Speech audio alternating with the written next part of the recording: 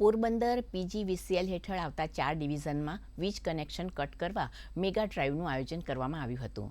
પીજીવીસીએલની 410 team દ્વારા કુલ 2749 connection કાપવામાં આવ્યા છે, જેની રકમ ₹1 કરોડ ને 72 લાખ જેટલી થઈ હતી. આ સાથે જ કામગીરી દરમિયાન 3 કરોડ 3 લાખની વસૂલાત કરવામાં આવી છે.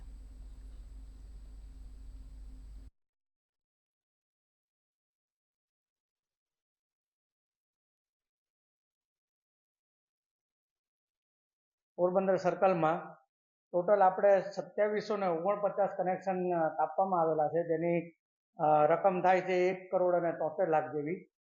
અને ટોટલ જે કામગીરી થયેલ છે અને એના ગણીએ તો આપણે ટોટલ આજે પેમેન્ટ 3 કરોડ અને 3 લાખ જેવું પેમેન્ટ આપણે રિસીવ કરેલ છે.